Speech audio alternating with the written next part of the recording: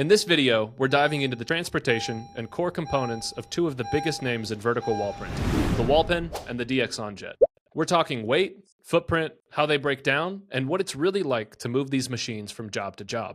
We'll also walk you through all the major component differences, things like rails, print heads, and control systems, to help you understand not just what's under the hood, but how that affects reliability, maintenance, and print quality over time.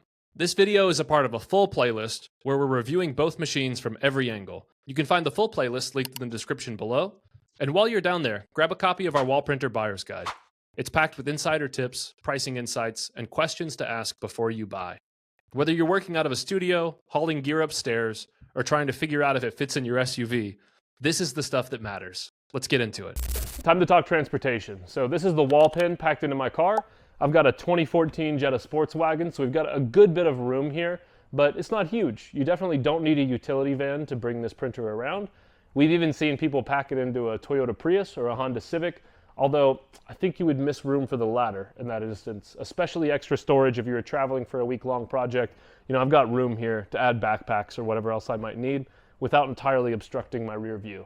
And I'll make an added note too. This is every part of the printer packed away in bags. So I have all my extra vertical extensions, all of my track, again, even a ladder and my tool bag, and I still have space to spare. So the wallPen's very accommodating in that regard. All right, now before we put it together, let's do a basic machine overview so you can understand the different components that go into a vertical printer. And when you see the differences with the DXonJet, it'll become more apparent of what's necessary and what was manufacturer choice. Now here we have the shaft. So this is actually the piece that rides up and down the vertical rail that the print head mounts to. This is what has the motor in it. Over here we have the base. This is the very bottom of the machine that rides on the track and has a belt drive in it to move it along. Here we have the power cabinet. This is where all the electronics are housed. So it just basically makes sure that power is distributed evenly to each system. Above that in the very back we have the print head, and that's where the brain of the machine lives. There's a Raspberry Pi under a heatsink, and that's connected to motherboards, ribbon cables, and then the print heads themselves. So this is what we're remotely connecting to when we connect with a tablet, is directly to the print head that communicates with the rest of the machine. In the back here, you'll see our three main vertical extensions. So this is what we pretty much always build. If we need extra, we can pull it from the other side. And then our power cable, and then our coil cable, which runs from the shaft to the print head so the machine can communicate. Now on this side, the only thing we'll be building today is a few sections of these track. Everything else will go back in the bags. But these are essentially components if you want to go wider or if you want to go taller.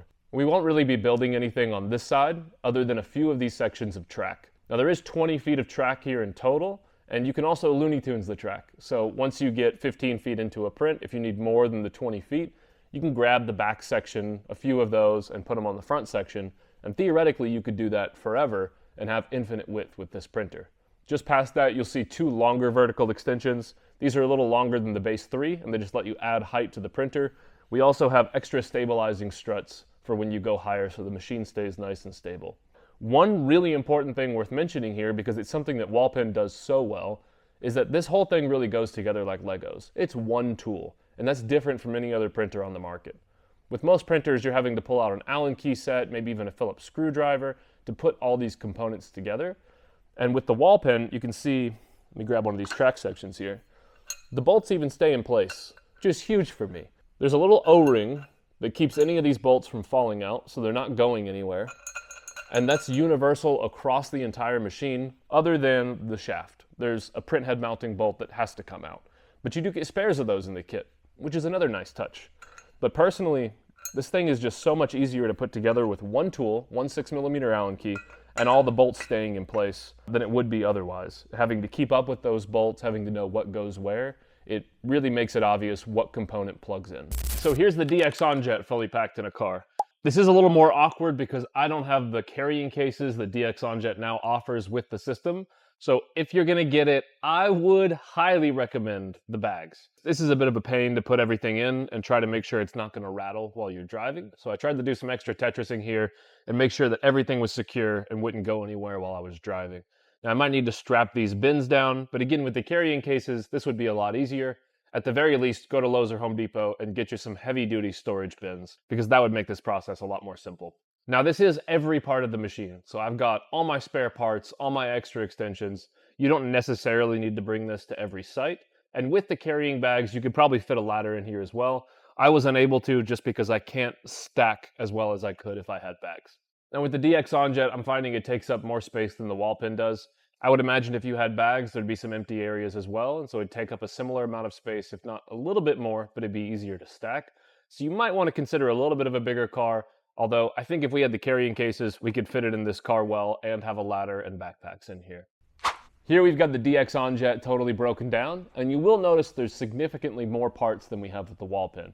Some of that is spare parts, but as a general rule of thumb, this machine does take a lot more parts to go together and takes significantly longer to build. Right here we've got the power cabinet and the computer system, so this is what's sending all the signals out to the rest of the machine, and what our softwares are going to run on that will operate the printer with. Both the ripping software for the files and the actual control software for the printer. Just below that is the vertical base of the machine, so this always gets assembled. And then we've actually got some stabilizing rails as well that go on horizontally, so they keep everything nice and secure. On the far side over here, we have our vertical rail extensions. So you'll notice the geared tooth, and then on the other side of that, a dovetail rail. That's what the print head is actually riding up and down as the machine moves. And before, when you saw the machine, we only had the middle two assembled. So there's a third one just past that for getting to larger heights. And then we also have a modular set that we can assemble if you need to get a little closer to a ceiling but don't need a full extension set. Behind me, we've got some extra beams for building up and adding stability. And then just behind that, the track that we've been using. And you'll notice that's already partially assembled with the wheels, and that's partially preference. The same thing goes with the wallPen.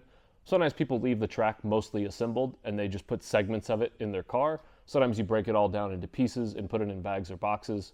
I prefer to leave this track assembled because it does take a little longer to get the wheels and everything on there. And you'll see those extra wheels in the bin to the far corner, and those are for our track pieces over here. We do have 3 more track extensions. You can see I've got 2 mounted behind me. You can always Looney Tunes these like we do with the wallPen. So once you print half of your image, you could grab the back section of the track, dismount it, and then mount it back to the front. It may take a little longer with this machine, but it's definitely possible. Now right here behind me, this is the base of the machine. So this is what's going to ride either on the ground or on the track. I prefer the track.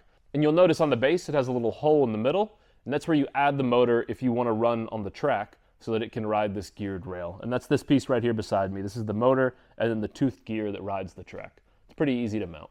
To the far side over here we have our cable harness. And so this is actually all the wires and cables that are communicating throughout the machine. It's pretty easy to put up. It looked more intimidating when I first saw it than what it actually is.